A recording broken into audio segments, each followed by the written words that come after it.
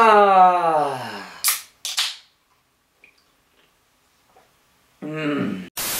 Eh bien, bonjour mes petits Canadiens, j'espère que vous allez bien. Aujourd'hui, j'ai décidé de faire une vidéo pour faire un retour sur l'année 2018. Savoir, de revoir les vidéos que j'ai faites du début jusqu'à la fin de l'année, voir ce qui a bien marché, ce qui a moins bien marché, quelles nouveautés il y a eu sur la chaîne, quelles pertes il y a eu également. Fait que c'est ça, je vais commencer par ça, puis à la fin, on va regarder ensemble les statistiques de la chaîne, voir est-ce que la chaîne est en croissance, est-ce qu'elle est en décroissance, est-ce que c'est constant. On va tout regarder ça ensemble. Je vais juste commencer par prendre une bouchée de ma pizza parce qu'il est 12h17 et que j'ai faim. Pour ceux qui s'en souviennent, la première vidéo de 2018, c'était une vidéo où je présentais ma chaîne. Genre, je faisais un renouvellement, une présentation, même si ça faisait déjà presque 5 ans que j'avais commencé, pour présenter tout ce que je faisais, tout ce qu'il allait avoir sur ma chaîne, etc. Je vais peut-être refaire le concept, pas cette année, pas l'année prochaine, mais un moment donné, là, quand il va vraiment avoir du nouveau et tout. Là. Mais bon, c'est ça. Ce qu'il y a eu aussi de nouveau pour 2018, c'est qu'il y a eu beaucoup plus d'urbex que l'année dernière. L'année dernière, je n'ai fait que 3 urbex. Mon premier urbex, je l'ai fait en mars 2017. Puis là, j'étais tout confiant. Ah oui, il va y avoir plein d'urbex et tout et tout. Mais là, après quelques mois, genre, il y avait mes parents qui me chialaient dessus parce qu'ils disaient genre, oh, tu vas avoir un dossier criminel si tu te fais pogner, nanana, nanani. Fait que là, j'ai pas vraiment fait d'urbex. Mais là, cette année, mes parents ont été plus lousses. Donc j'ai pu faire plus d'urbex, puis c'était vraiment nice. Pour vrai, j'ai eu des urbex très intéressants. Comme par exemple 2 maisons creepy que j'ai faites en avril. J'étais avec mon ami François, puis on était allé voir 2 maisons abandonnées, puis il y en avait une, la deuxième particulièrement, on avait capoté pour vrai. Il y avait plein d'affaires, il y avait des immatriculations de vieilles voitures, il y avait des céréales genre dégueulasses qui datent de 13 ans. Il y avait des lettres qu'on dirait que c'était un pédophile qui avait écrit là, genre venez me voir, il y a des petits gros chats chez nous. C'était vraiment bizarre là, mais c'était vraiment un bel urbex là, c'était, tu sais, on ressentait vraiment un espèce de feeling, c'était vraiment intéressant là. Puis j'espère qu'on va refaire des urbex dans le même genre. Une autre série qui a jamais été très populaire, mais que ça fait longtemps que je fais depuis 2015 puis que j'aime toujours faire, ce sont les journaux érablières. Et aussi VTT Vlog, ça c'est quand même nouveau, ça date de quand l'année passée, les VTT Vlogs, j'ai rajouté ça avec les journées à l'érablière. En fait, les journées à l'érablière, c'est que nous autres, on a une érablière, l'endroit qu'on produit du sirop d'érable. Puis moi, c'est la nature, puis tout, c'est vraiment beau, donc j'aime ça partager l'expérience, puis la vie là-bas à l'érablière, comment c'est. Je trouve ça toujours le fun, filmer les beaux paysages, puis montrer des nouvelles affaires là-bas. Excusez. Puis là, je trouvais qu'il manquait de quoi, fait que j'ai rajouté les VTT Vlogs. C'est comme les scooter vlogs, mais c'est comme en 4 roues. C'est sûr, c'est moins populaire, là, mais c'était le fun, ça faisait changement un petit peu, puis ouais, c'était le fun. Mais bon, ça c'est plus pour moi et la famille, parce que ça nous fait des souvenirs de notre érablière. Puis là, on arrive sur celui que vous préférez pas mal toutes, les scooter vlogs.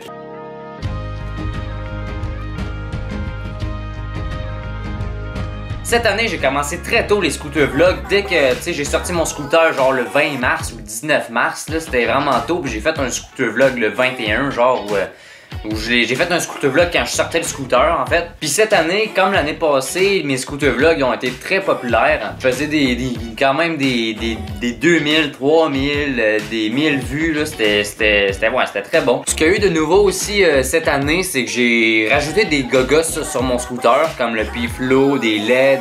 J'ai rajouté du stock que j'aurais peut-être pas dû, genre le P-Flow. Ah, finalement, c'est assez dégueulasse, là, une pizza chauffée au micro-ondes. Mais bref, les scooter vlogs ont très bien pogné comme l'année passée. C'est...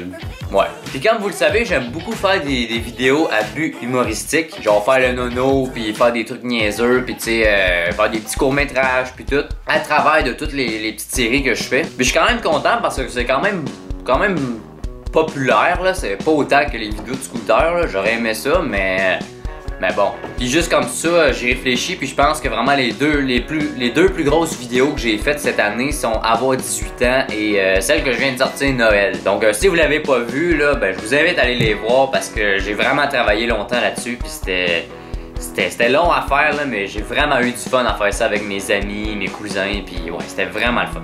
Et là on arrive au mois de septembre.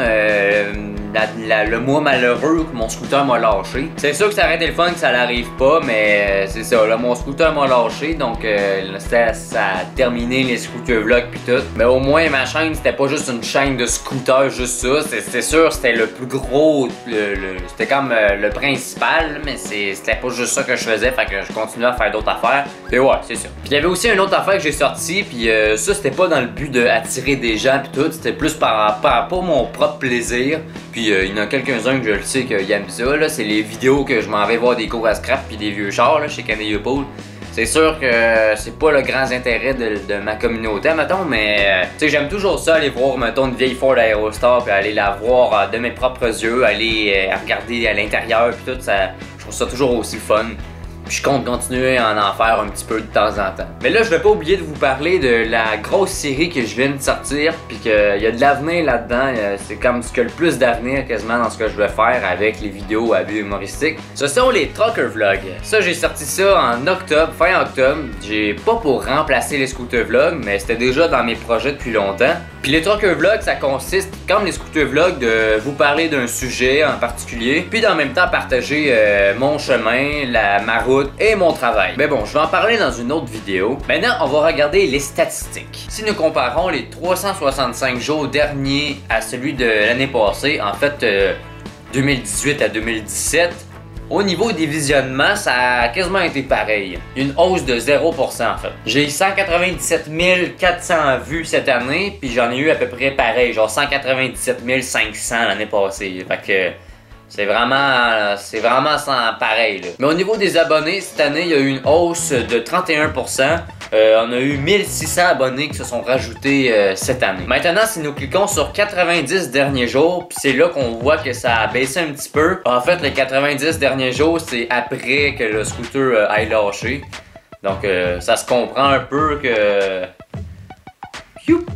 Au niveau des vues, nous avons fait 33 800 vues les 90 derniers jours. Ici, on compare ça avec les 90 jours qui ont précédents, qui étaient de 47 000 vues. Ben, ça fait une baisse de 28%. Au niveau des abonnés, c'est une baisse de 32%. On en a gagné 265, puis avant, on avait gagné 389. Puis là, les 28 derniers jours, fait que là, c'est nouveau ça. Au niveau des visionnements, nous avons une baisse de 17% et au niveau des abonnés, une baisse de 50%.